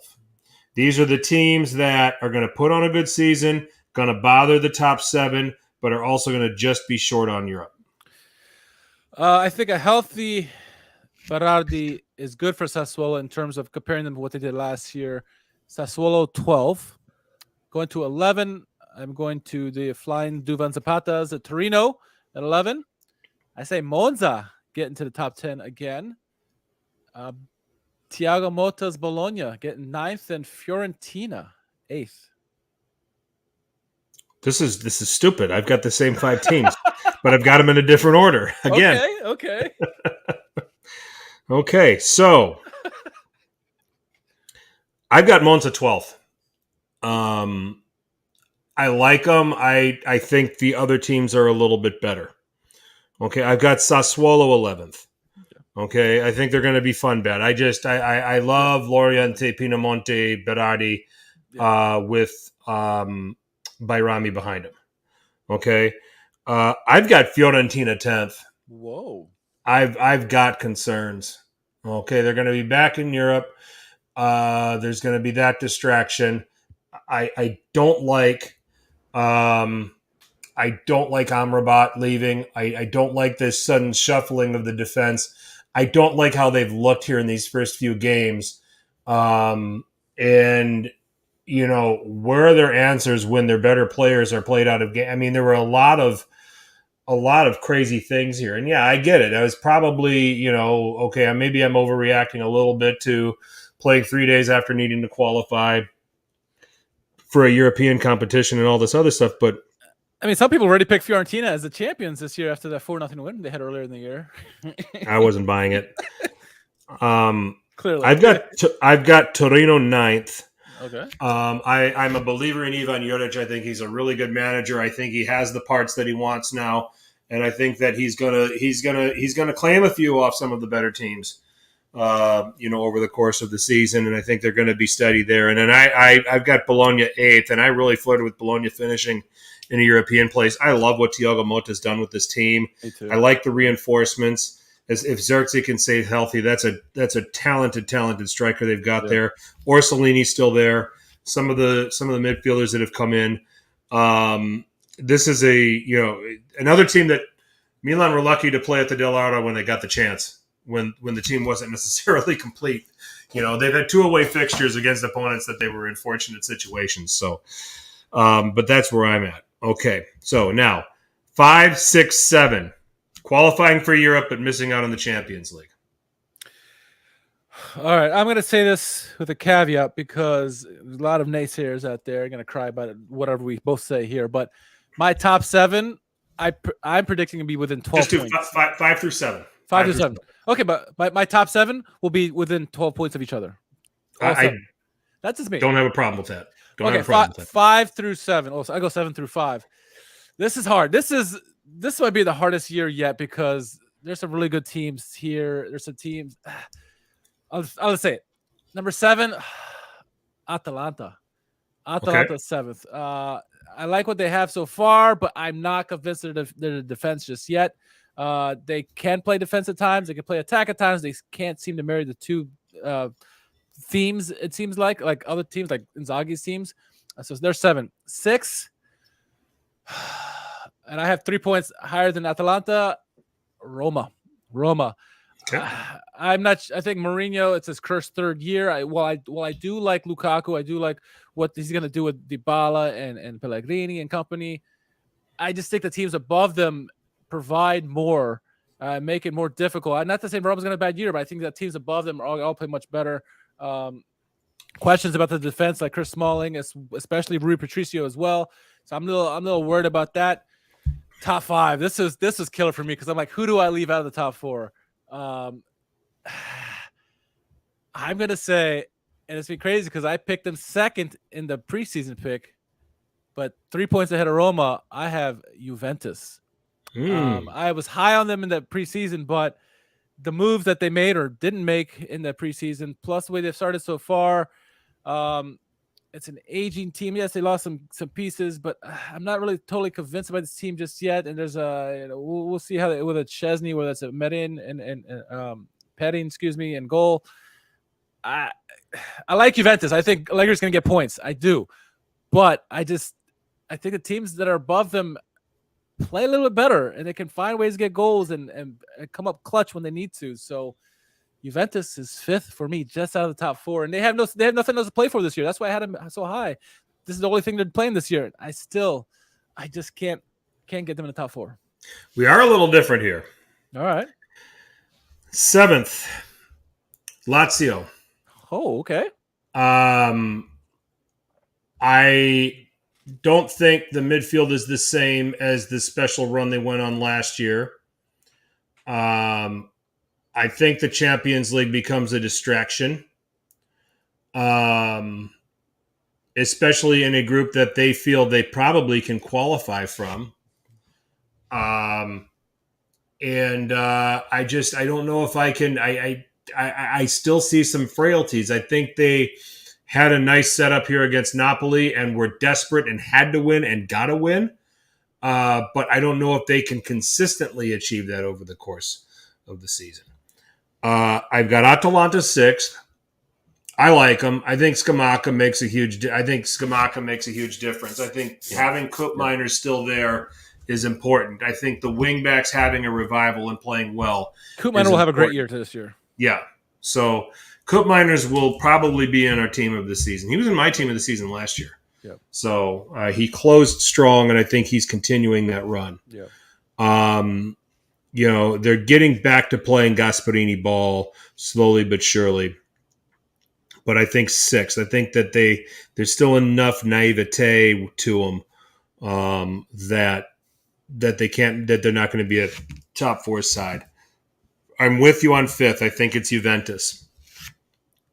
Well, I think it's dynamic to see Chiesa and Vlahovic again together in attack. Yeah. I never thought I would say this about Juventus ever in my lifetime, but I am worried about the defense. Okay, I'm worried that Bremer is their best defender and that their second best defender, I can't tell you who it is. Okay. Danilo, I guess. Yeah, probably Danilo by default. Yeah. Okay. But when I saw how Bologna were playing around Juventus and getting around them, and Bologna, okay, I worry about what that's going to look like for Juventus against the better teams. And I think that that's going to cause them, even with no Europe and no distraction of that, I think they're going to fall short and land in 5th. Okay. So that leaves us with top 4 through 1. Top 4 through 1. All right. This is so hard. So 1 point ahead of Juventus in my prediction. They just sneak in. It's a team that I predicted to win in the preseason, and that's Milan. I have Milan coming in 4th. I'm so what they've done so far has been fantastic. They've been playing really well, but it's so many new pieces. Can they stay together? What will they be like when the going gets tough? Do they all stick together? Can Tomori keep his head straight? I don't know these things, and because of that unsureness with Milan, they're playing really well at the moment, but can they keep this up for a whole season? I am not sure, and they're playing on multiple fronts.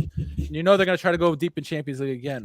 I am unsure of that, and I think they'll be content with the top 4. Obviously, they want to go for Scudetto, but I think with everything that they're playing with the inexperience possibly or the unfamiliarity with all these players, how they will mesh together, will they all live up to the billing what they're hoping for, or will they be all flubs? We'll find out. But I think Milan just get in there into the top 4. Number 3, man, 2 points ahead of Milan, 3 points behind the champion. I'm going to say Napoli. I think Napoli and Rudy Garcia, I love what Napoli have in terms of the core. I think their downfall is Rudy Garcia. I want to see if he's able to have, it's one thing to let your team go and do their own thing and win the games like they can. But when he sets them up tactically, this is my big thing about him from the beginning, is that tactically, can he get it done? He does some nice things offensively, but when it's going gets tough and you have to really crunch it up, play a team that has just as much possession as you or be forced to defend, can you figure it out? Can you take out the opposition's strengths? I'm not convinced yet. I hope I'm wrong. I'm hoping wrong because Napoli this is a fantastic team that they have. Losing Kim is going to be huge. We don't know what Natan is going to bring to us. I like Moret. I like the majority of this team. Obviously, Politano, we'll see what he can do in the season, but I think it's Garcia is going to be their downfall for winning a Scudetto again. I think they're going to be very tough, and I'd say within 3 points of the Scudetto, I think this year. So it's not a big drop off, but I think they're just there. I say 1 point ahead of them. Lazio, you're unconvinced by them. I am actually quite convinced, but not quite convinced. I'm convinced by them in the games where it matters. Consistency is the important thing, right? And you mentioned it. Lazio at times can be inconsistent, especially against the teams that they should be beating. When it's a big game, they seem sometimes to get the right schematic up in the game and can make it a close, tight game, get the wins. We saw Lazio had a strong finish to the season last year. They finished second themselves. They got some nice piece in the offensive side. Midfield, I like the midfield. Now, SMS is a huge loss, no doubt about it. But bringing Kamada, I think it's going to be huge for them. Guendouzi is going to be someone they can rely on. Castellanos, I like him. He'll be good vice to Ciro Immobile. Isaacson as well as another player I think is going to be a good vice player. But I think Zaccagni and Felipe Anderson is going to be wonderfully teamed up with Ciro Immobile. I think having Pedro and you and I both talked about how we like their center backs. I think Romagnola and Casale are going to build off that fantastic run they had last year. And Provedel is a fantastic goalkeeper. And so I feel like this is Sadi's year where he finally gets it all together with his team and they play more consistent. And they finally play against the lower teams the way they've been playing the top teams. And I think Lazio find a way to get second. And for me, the champions are Inter. Inter is just so stacked. And it's not just because they won against Fiorentina. They are a deep team. They have multiple facets to the game that we talked about last week. They can win ugly games. They can win the blowout games. They know how to play in Europe now. I mean, obviously, you got a cup merchant and Inzaghi, but Inter just seem like this different animal now. They play with all this confidence, and a lot of it's led by their captain, Lautaro Martinez. And you got now a added confidence, adding like guys like a Thuram, adding like a Jan Sommer. People don't know who Sommer is. Sommer is a really good goalkeeper. I mean, ask anybody, ask the Azzurri when they played against him in a penalty shootout. He is a good goalkeeper. And so they got to steal with him. I just love everything that Inter is doing right now, and I think Inzaghi is finally going to get his Scudetto. Okay. Well, here's my top 4. Number 4, Roma. I'm buying it. I think the acquisitions, I think the talent, I think it comes together, and I think they make a charge. If you think Juve in 5th, then FIGC will have to create. Nice. Well, investigate away. So I'm buying in on Roma. It's a sloppy start. It's an ugly start. It's not what they hoped for. I think they get this figured out, and I think they get this fixed. Yes, the defending definitely concerns me if you leave those guys out in 1v1 situations. But I think that we see adjustments, and I think that hopefully, Mourinho's in a place where he's obviously burned bridges at other places in his 3rd season, wherever he's gone. Yeah. Does he have the maturity to learn from that? History says no. He has too much of an ego that he's going to be stubborn. But I'm going to trust the talent that's there at Roma to go ahead and grab 4th and be back in the Champions League next season. Dybala gets healthy. You have a depth of playmakers. You have a depth of wingbacks. The goalkeeping and the defense is what's killing you right now. But I think that they come up with a plan to account for those deficiencies if they can't completely eliminate them. I think Napoli's 3rd. It is really, really hard to repeat as a league champion, especially in this league, as there's been a different champion. How many times? Like Napoli, Milan, Inter, Juve. So in the last 4 years, there's been a different champion. So I don't think they repeat. I think the defensive frailties were on display, and they were in a very, very limited sample against Lazio.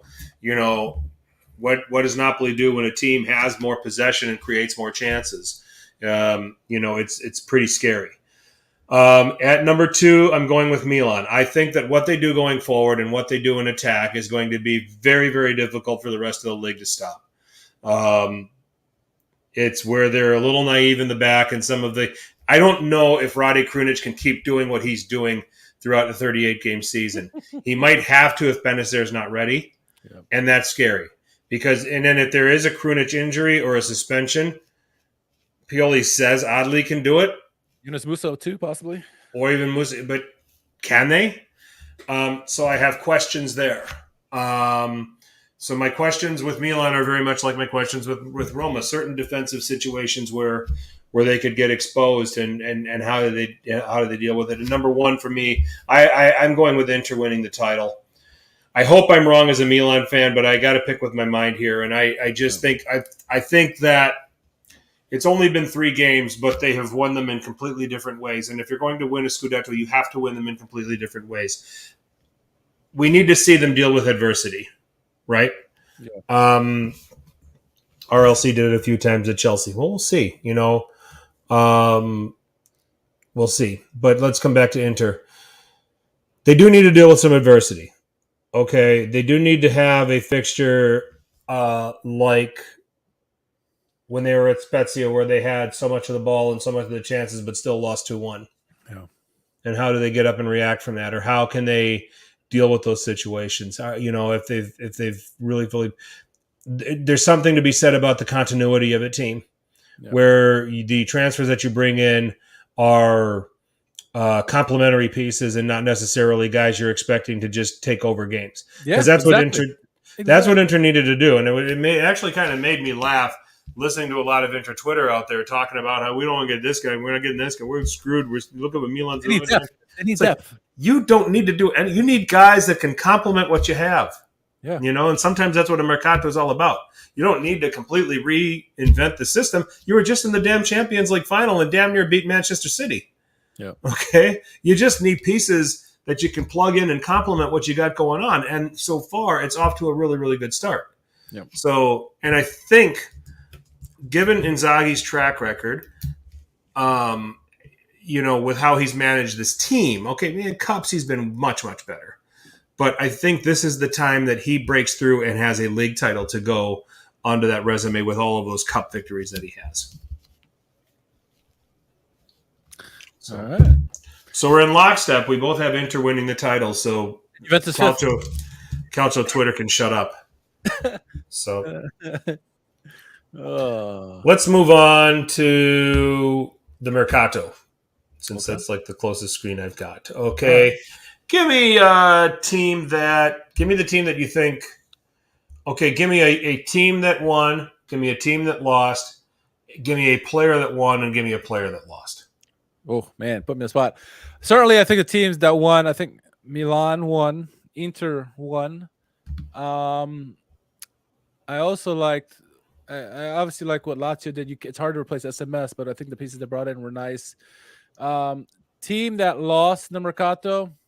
I would say Juventus really didn't really do much for me. They really moved the peg for me at all.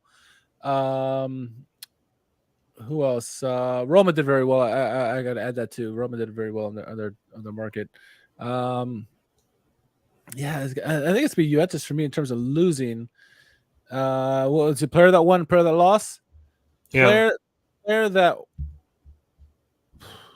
I want to say player that lost, but I think it's good for his team. I think a player lost is Lukaku, but he's going to a team that I think is going to suit him well. Is it going to be as well as it was at Inter? No, but I think he'll do good things with Roma. Trying to think, player who won. It's got to be. I would say. That's hard. I don't know. Who do you think he won? Let me think on that. There's a few answers here. I mean, an obvious one you could probably say is Christian Pulisic, with what he's going to get, the opportunities that he's getting at Milan. Milan probably won because having him has increased the marketability of the club here, at least in the United States. And for the first time in years, I actually saw at a soccer store here AC Milan replica merchandise. You had to usually special order it. Scamacca's a good shout. Scamacca's a good shout for one. Okay. I don't, so I like Scamacca. That's a good shout. I agree with you there. Another guy that won, I'm willing to say that Romelu Lukaku won. Okay. So I think he's walking into a situation where he could be the man in the striker position where, who knows what's going to happen with Tammy Abraham, and what he's going to be like when he comes back. The player that I think lost is Lazar Samardzic, still being at Udinese. Now that helps Udinese big time, but the whole thing that fell through with Inter, and can you imagine what he could bring to that midfield? Probably would have been a vice Barella. Yeah. Might have even been able to fit in Çalhanoğlu's role in that midfield. So heck, I say SMS lost too. Leaving Serie A, going to a league where they're not going to be many eyes on. I'm sure people are going to see what he's doing just because Ronaldo and Neymar, some other guys are there. But like, what's he going to do there in Saudi Arabia? I think, more eyes would have been home in Serie A to be really known as one of the best midfielders in the world. Now he's going to be like a forgotten thought, going to a league that nobody cares about. And he's, Lazio will move on from him. But when SMS was on his game, he was one of the best midfielders in the league. And now he's gone. He's going to be unknown now. Yeah. I think another team that you could say is I'm with you on Juventus. They hardly did anything here. So it's Moise Kean coming back, Timothy Weah, really the only ones of note, and then they had obviously a lot of exits and a lot of that had to account for that European revenue is not coming in. anymore. So I guess I can go with Scamacca being the winner. He's in an attack that is going to get him in a position where he's going to have a chance to score a lot of goals. So, you look like you were going to say something. Oh no, say Anthony from Inter Worldwide just joined the chat, and I was going to say you missed it. We both picked out Inter to win the Scudetto this year, so you're going to hate us now. Yep. We've cursed your team, Anthony. So, but that's it. So I'll go Scamacca as the winner as far as players. I'll go with Samardzic as a loser. I mean, he had a chance to be in things fell through, and now he's still at Udinese. I mean, he's going to move on to another club. The talent is too good. Winners for me, losers as far as club, Juventus for sure. Just not doing enough, and I think Milan. I think with the way they've transformed their club. So, Anthony. Sorry, bud. We're not doing it. We're doing it because that is our educated opinion of what we think is going to happen, not because we're trying to create a curse. So. Hey, we both picked Juventus 5th too, so This is true. Inter and Milan fighting in the Scudetto race. Yeah, that's what I've got. I've got Inter 1, Milan 2. What are your thoughts on talking about Mercato, Onana and Højlund going to Manchester United? Now, obviously, Manchester United is a historical club, but they're not having the best of times right now. Onana's obviously struggled to start off the season with Manchester United. Who knows how Højlund's going to transfer to that game? I mean, thoughts on their moves away from Serie A? I think that Inter and Atalanta would have been silly to not sell them.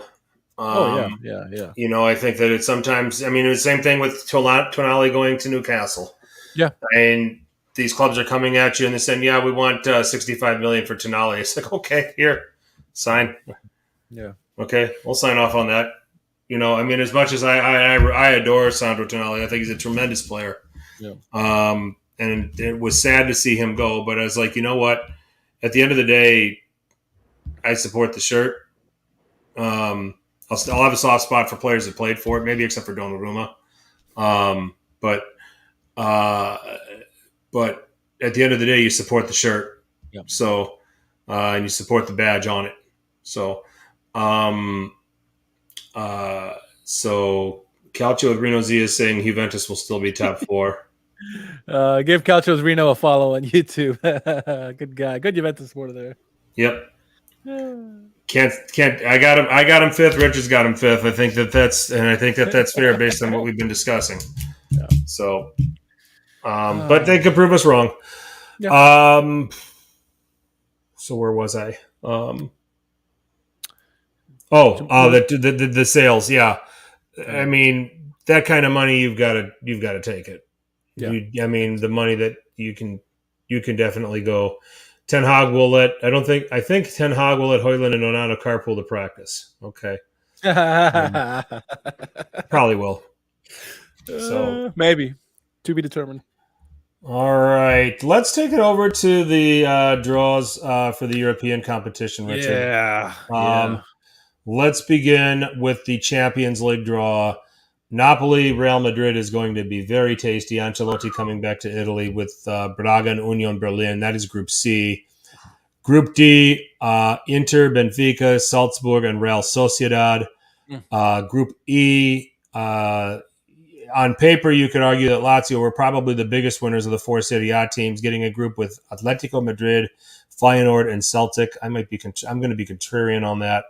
Boy, Lazio fans are going to listen to this and think I just hate Lazio. It's not that. It's just what I'm seeing, guys. Come on. And then the most publicized and most talked about group, Group F, Paris Saint-Germain, Borussia Dortmund, Milan, and Newcastle.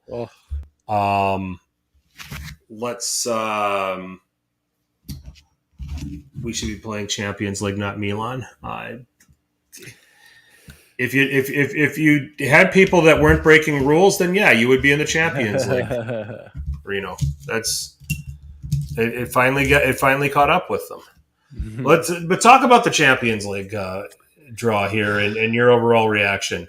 All right, so I'll start first with the obviously elephant in the room, the group of death. It might be one of the best groups of deaths I've ever seen. Paris Saint-Germain, Dortmund, and Newcastle with Milan. This is a difficult. I mean, if you look on name alone, this is a fantastic draw. As someone put it, I don't remember who it was. They said this is a great venue just to go to all the venues, right? You go to a great city, go to Paris to see PSG, go see the Yellow Wall at Dortmund, go to Newcastle, the Toon, and obviously San Siro. This is a difficult draw, but I'm oddly comfortable with this because Milan tend to play up to their opponents and play down to their opponents. PSG is not the same team that they were before, right? No more Neymar, no more Messi. They still got Mbappe. He's freaking fantastic. And they got some really good talented players there, but they're not the team that scares everyone that like they used to. No Zlatan anymore, no Cavani, right? But name a few. But this team's still something to worry about. Obviously, you got to worry about Mbappe and a few others. Dembele seems to have a resurgence in his career joining PSG. It's still early on. They just handed Lyon like a 4-1 loss just the other day. So PSG is something to worry about, but they can be had. Their defense, and obviously seen Roma, I think would be fantastic. Get some goals on him, throw money at him, like they did with the Azzurri game back in the day. Dortmund, they have talented offensively. They have some youngsters that you got to watch. Obviously, guys like Jude Bellingham is no longer there. Jadon Sancho is no longer there. They have some other talented players there. They just missed out on the Bundesliga title last year. Just a mind fart at the end of the season where they ended up choking it at the end where Bayern Munich won. But they're good, especially at home. They're very good. They're very fast, and so you have to watch that. Can Milan play smart and beat them? Yes. But it's a team you have to worry about, especially when they're at home. Newcastle. Obviously, Newcastle had a fantastic start to or finish to the year last year. This year, not so much yet, but they got talented players. They bought a lot of players, right? More Saudi money there. And so all three of these teams that Milan have to play against, there's some difficult people you have to worry about, but I think Milan can scheme up plays or scheme up a plan where they can counteract all the strengths of all these teams, assuming Fikayo Tomori doesn't just be completely idiotic and get 2 yellow cards again like he did this last weekend. I'm oddly comfortable with Milan. This is a super difficult match. I don't know who's going to come out of this group, but I'm oddly comfortable with this. Do you want to say your thoughts on this group? I think they can qualify as well. It's not the same PSG. You're not playing. You got to deal with Mbappe, but you're not dealing with Messi and Neymar anymore. They've had some changes certainly to their team, but they'll be interesting. I mean, people could say they're not worried. I'm not worried about Newcastle. They're already in away matches against good sides, getting their lunch handed to them. So that's something and then they lost to 10-man Liverpool. So things aren't necessarily stable there, with the way things are going on. Yeah, Borussia Dortmund for me is the most difficult team in this group if you're looking at it from a Milan perspective. I think where you can get them is on the flanks. We'll see. I think Wolf starts on the right, so he'll be the matchup with Leao. And then with Pulisic coming back to Dortmund, I think that's a good storyline. Much being made about Donnarumma and Tonali returning to the San Siro. Yeah. But that's another storyline there. But I like Milan to qualify. I don't know if they'll win the group. Where I have the difficulty is trying to figure out at whose expense do they qualify over. Is it PSG or is it Borussia Dortmund? Because I think they're pretty level. I don't know if Milan win this group. I think they either qualify or lose out altogether. I don't want to go to this Europa League stuff if they want to battle for the Scudetto. Yep, exactly. So I'll say that Paris finishes third. Okay. I think that let me walk that back. I'll say Paris, Milan, Dortmund, Newcastle in that order. For Group F. Group E with Lazio. Now, I am not in lockstep with everybody thinking Lazio qualify.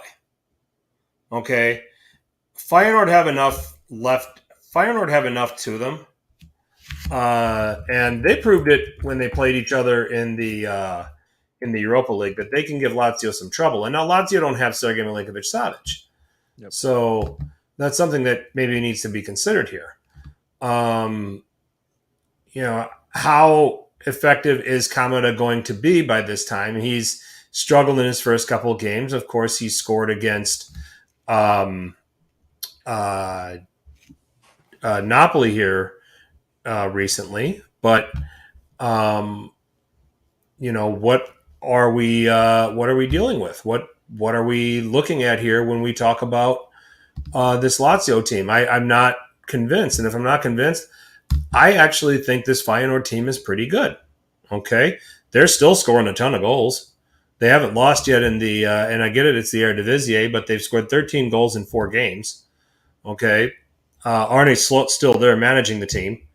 They brought over Ivanusek from Dinamo Zagreb. Santiago Jimenez is still there. Bilo is still the goalkeeper. Okay, so the pieces are still there. Alireza there, a player that you know.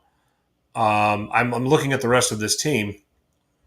It doesn't look like the guy that I really liked for them, though, is Orkun Kukcu, the playmaking midfielder, the Turkish international. Yeah. He's not with them anymore. But they've reloaded, and they've got a side that can give you some trouble. And they could give this Lazio side some trouble. I really like Atletico Madrid with some of the attacking options, with Griezmann, with Depay. So 10 goals for, 1 goal against so far this season. Yep.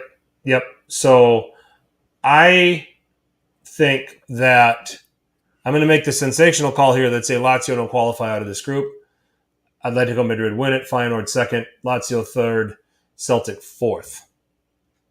Yeah, I think, I agree in the sense that I think Atleti are going to be difficult. Obviously, defense is their name of their game, but they can score some goals too. They got some decent playmakers on their team. I think they will be the team that leads this group, wins this group.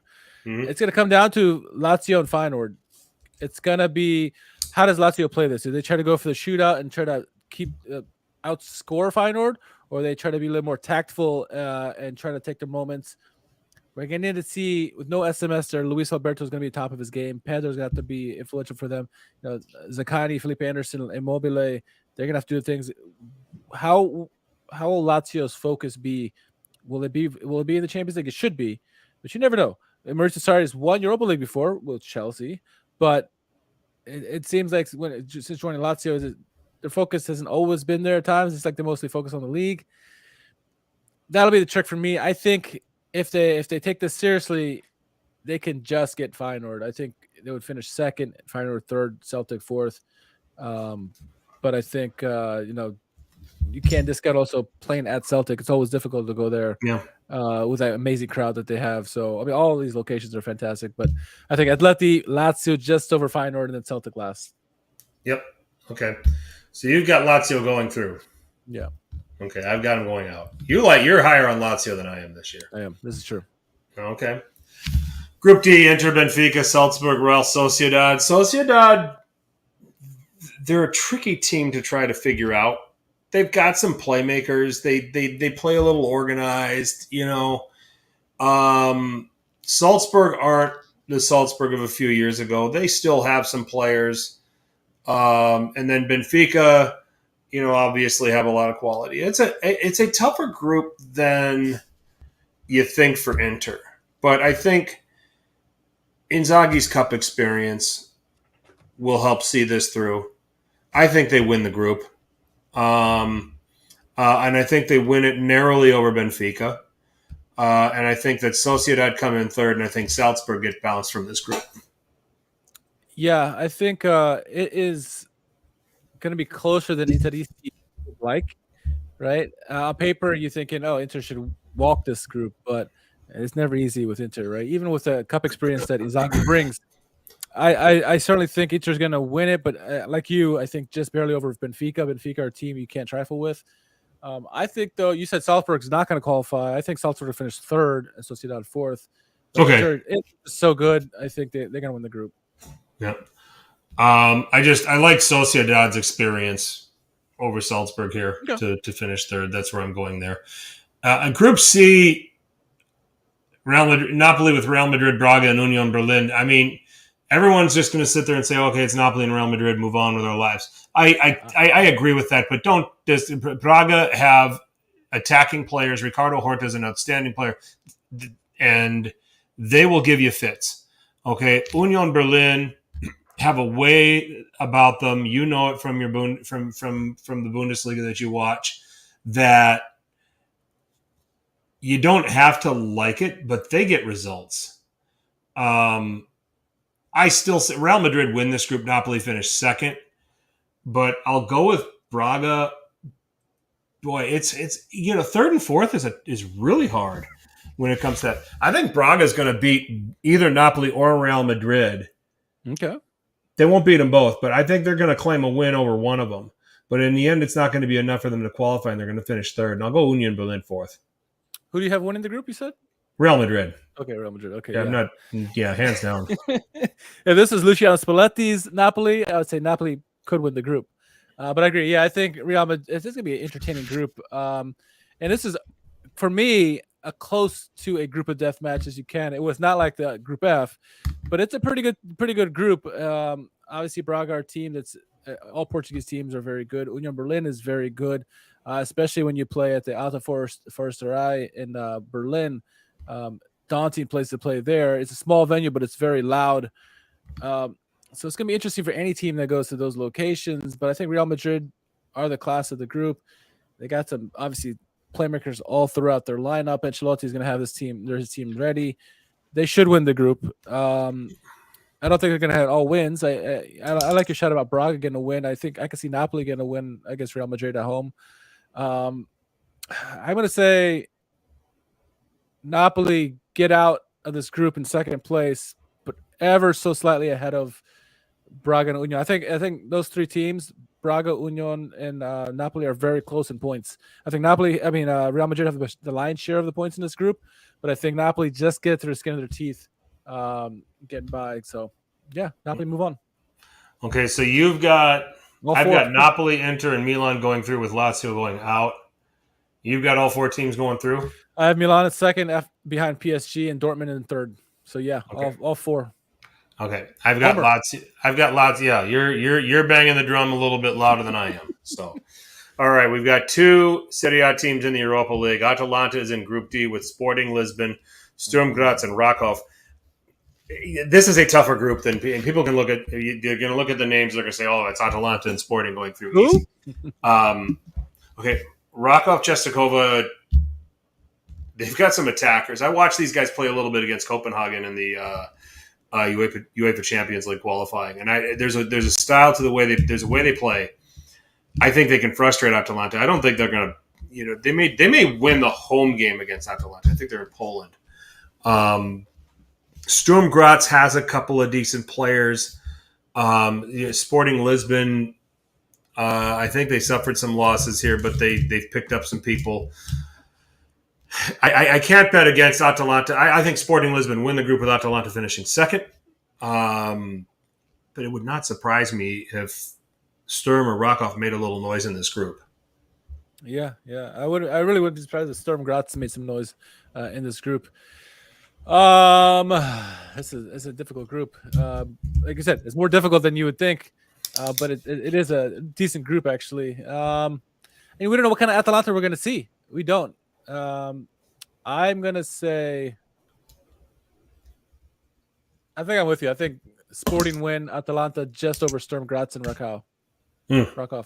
So. Okay. Yeah, so we got Sporting Lisbon winning that group over Atalanta. Roma's group is with Slavia Prague, Sheriff, and Servette. I mean, Roma should win this without breaking a sweat, but they've been known to make it interesting against teams like these, especially when they'll probably end up in some games where they'll have a decent amount of rotation. Servette pushed Rangers in the second to last qualifying round in the Champions League before ultimately getting eliminated. Sheriff's been kind of they're out of Moldova. They've been a European fixture here for some years. They were, famously in the group stage in the UEFA Champions League when they beat Real Madrid. Was it a couple seasons ago? They're not particularly the same team that they used to be, at that point. And Roma win this group. Go for the sensational and say Sheriff finished second. Oh, look at you. Yeah, I think both Slavia Prague and Sheriff will make it interesting for Roma more so than it needs to be. Servette, not as familiar as you were with them, but watching what they did against the Rangers, it certainly has my interest. I would not be surprised if Sheriff pulled an upset against one of Slavia Praha or Roma for sure.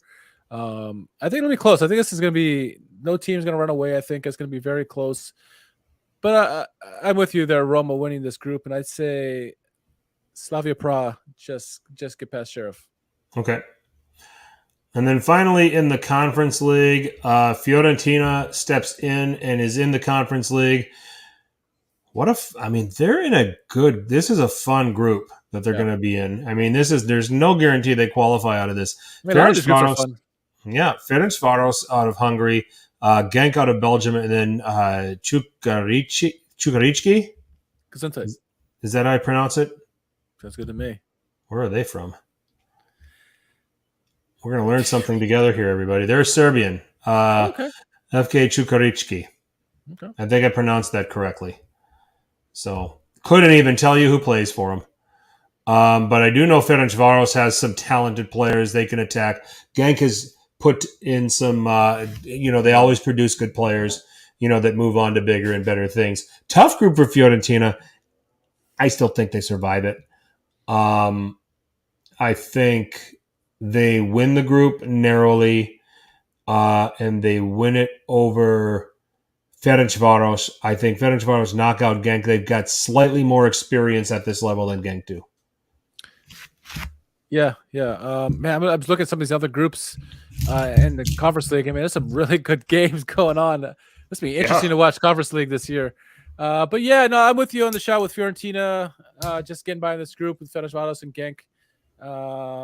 And Čukarički coming in last. But AZ Alkmaar against Aston Villa? And Legia Warsaw? Yeah, for sure. Yeah, there's some good games. There's going to be Club Brugge against Bodo Glimt. Yeah, and Besiktas as well. And don't discount Lugano. And anyway. Let's get on to Fiorentina. Fiorentina, I think they're going to ride the momentum that they had last year. I mean, I know you weren't high on them in the Serie A this year. I think they should, with the talent they have, be able to get through this group. It's going to be difficult. It certainly is. Like you mentioned, the other three teams are fairly decent. Certainly the two, Genk and Ferencvaros. But Fiorentina, I think, have enough, and I think they're going to. I trust Vincenzo Italiano to draw up the right plans to go against these teams and get the victory because he got a taste of it last year. Saw what they could do. They can do multiple competitions at one time and be successful at it. So I'm going with Fiorentina just ever so slightly. We'll really see what they're made of in the knockout rounds. Yep. Okay. So we're whipping right through it, and let's just finish it off with our reaction here to Spalletti's first Serie A call-ups. Let's go. I'll let you go ahead and read through it. All right. So moving in goal, we got Donnarumma, Meret, Provedel, and Vicario, four good goalkeepers. In defense, you got Bastoni, Biraghi, Casale, good for Casale, Darmian, Di Lorenzo, Di Marco, Mancini, Romagnoli, good for him, Scalvini, and Spinazzola. Moving on to the midfielders, you got Barella, Cristante, Fratesi, Locatelli, Pellegrini, Pessina, and Tonali. And moving to the attack, you got Chiesa, Gnonto, Immobile, Politano, Raspadori, Retegui, Zaccagni, good to see him in there, and Zaniolo. Interesting lineup, actually, and good to see. There's a lot of guys who were in blacklisted by Mancini, and Spalletti's brought those guys just right back. Say, hey, we want the best players available. So, yep. So they're at North Macedonia and they host Ukraine. We already know that. The North Macedonia is going to be a massive revenge game for them. Yeah. With how North Macedonia denied them qualifying, and Italy, you have to get going here. I mean, the nice thing that they've got going for them is they've played, only 2 games so far in this group. England's played 4, Malta's played 4, Ukraine and North Macedonia have played 3. So they have a chance to work their way back up the standings, and if they can win both of their games, they'll be back in second behind England. So, presumably. So, I'm with Apex that Udogie is the only big miss. I think he's gotten off to a decent start playing for Tottenham Hotspur. But it's hard to argue when you've got DiMarco and Spinazzola playing really well. There's no room for Udogie. So Di Lorenzo makes the team, which you like to see. Just looking at the defenders, I can't really. He's your captain too, Di Lorenzo. Yeah, I can't really have a disagreement. I mean, if you want to really nitpick Udogi over Biragi, sure, but that's it. I mean, and I don't know, but I don't think I do that. I like it as it is set up. I don't know if I have Mancini in this team, but at the same time, I also don't know who you replace him with. Who starts in defense for you? I would like to see Casale and Romagnoli start. I would too. Who knows if Spalletti actually goes with that? Donnarumma will be the goalkeeper. It's going to be hard to get around that. Spinazzola and Di Lorenzo should be the fullbacks. Yeah. Di Marco may have a say in that on the left-hand side. Well, yeah. I think Spalletti making a statement saying that we're moving on from the way it was being done. No Bonucci, no Jorginho. So Toloi not in the team. No Bonucci. Agreed, Anthony. So they've made some changes there. Reno thinks Raspadori needs to start. I heard rumors that they might go with the false 9 with Raspadori. Who knows? We'll see. It could be a possibility. He has shined in that role. Scamacca missing from this, but I also understand it. Yeah. Because he's just getting his legs under him at Atalanta. But we'll see. And then Berardi, too, was just getting fit as well. Otherwise, I think he'd factor into this somehow over Politano. But other than that, it's hard to really argue with the team that they've put together here. Yeah, no, for sure. Donnarumma is obviously going to get the start, but I would love to see Provedel in there or even Maret. Defense, I like the shout about Casale and Romagnoli, though I think Bastoni will probably figure in that at some point. I'm gonna go Di Marco over Spinazzola. Di Lorenzo's obviously he's the captain. He's gonna be playing. He's gonna be starting. Midfield, obviously Barella is gonna be the main guy. You would imagine Pellegrini and Locatelli would be the other two, but we'll see. Maybe he inserts Tonali in there. Maybe goes with a veteran like Pessina. We'll see there. Attack is where I'm interested in. I think you need to ride the wave that is Mattia Zaccagni and put him in his left wing position. That is Chiesa's position, but Chiesa is a versatile player. I say you put Chiesa on the right. You can play him on the right, yeah. Yeah, and I'd say try Retegui with those guys up there and see what he can do. And, if you can't, you obviously can have Raspadori or Immobile or bring in Gnonto on one of the wings or something like that. But I want to see what he can do. And obviously you can have Zaniolo will be a vice to Chiesa. Politano is also a vice on the right hand side as well. He could play a little bit everywhere too. But I want to see what the new guy can do and attack with the Chiesa and Zaccagni there. Yep, I agree. I have no problems with any of those ideas. So we'll see how he shapes. I mean, the 3-man midfield will be interesting to see how he shapes that too. Yeah. So Barella's in for sure. It's who's in the Jorginho role if this continues to be the same 4-3-3. Yeah. That becomes interesting. You probably look at Pellegrini getting in there. Maybe it's Locatelli. So we'll see what Spalletti cooks up. But we see them play first on Saturday at North Macedonia and then Tuesday at home against Ukraine. So should be exciting. So we'll see what their team's made of. Let's come back next week and preview the Derby della Madonnina. We don't even need why not? And cover some other things and maybe give the Who on Calcio Twitter its due next week. So okay, sounds good to me. They're going to be quiet this week because there's no club, so there's no banter. I don't know. Lex has been on fire with Dybala Lex with his her Havrasheli rants because he hasn't been scoring goals. But we'll have some good ones, I'm sure. That's true. This is true. So we'll see what happens. So, all right. Well, I think we're ready to put a bow on this edition of Serie A Sit Down. Richard, anything else to throw to the people that they should be aware of? I always want to plug stuff and then I forget when it's time. This time the podcast comes. This is a long podcast. Yeah, we had a lot to cover tonight. Yeah. I can't think of anything at the moment. I'll tweet it out if I think of it. But you can, as always, follow me at R_KHARMAN. You can follow me at FTC_21. And you can tell that it's late. I'm tired.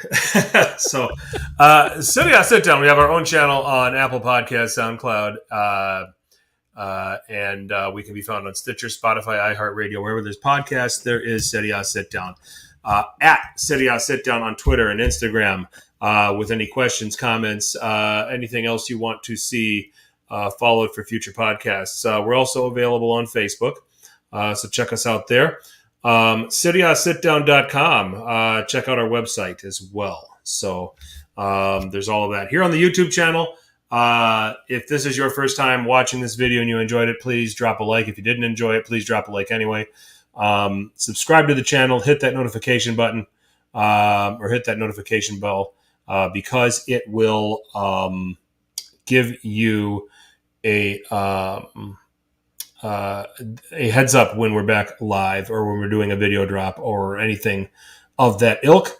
So that reminds me, I just did a video over the weekend. I think it was Friday night, of all the Who Won Calcio Twitter from this past summer. So check it out if you want to relive those. I know I saw Apex. I think George was in there. Anthony obviously was in there as well. But reliving back all the memes from this summer, because there were a lot. And I think Napolinismo won again, mastered his craft. So, yeah, Napolinismo is the best at what he does. Absolutely, no doubt about it. So yeah, check that out. Check out some of the other video drops that we've had, some of our conversations we've had about what we've seen tactically, how we've seen things starting to evolve here over the first 3 match weeks of the season. And we will be back next week. We will drop a preview of the Derby della Madonnina, among other things. There's a couple of other big games. I believe Lazio and Juventus go at it next week too. Sir. Yes, sir. When we get back. So we will have all of that ready to go for you. Maybe touch a little bit on what's been going on with the Azzurri, first impressions of Spalletti's version, and we'll go from there. So that is it for this edition of Serie A Sit Down Chat. You guys were awesome. Thank you all for your comments, your takes, and hanging out with us. We'll see you all next Tuesday night. For Richard, I'm Frank, and as always, make sure you're telling your paisans about us. Ciao.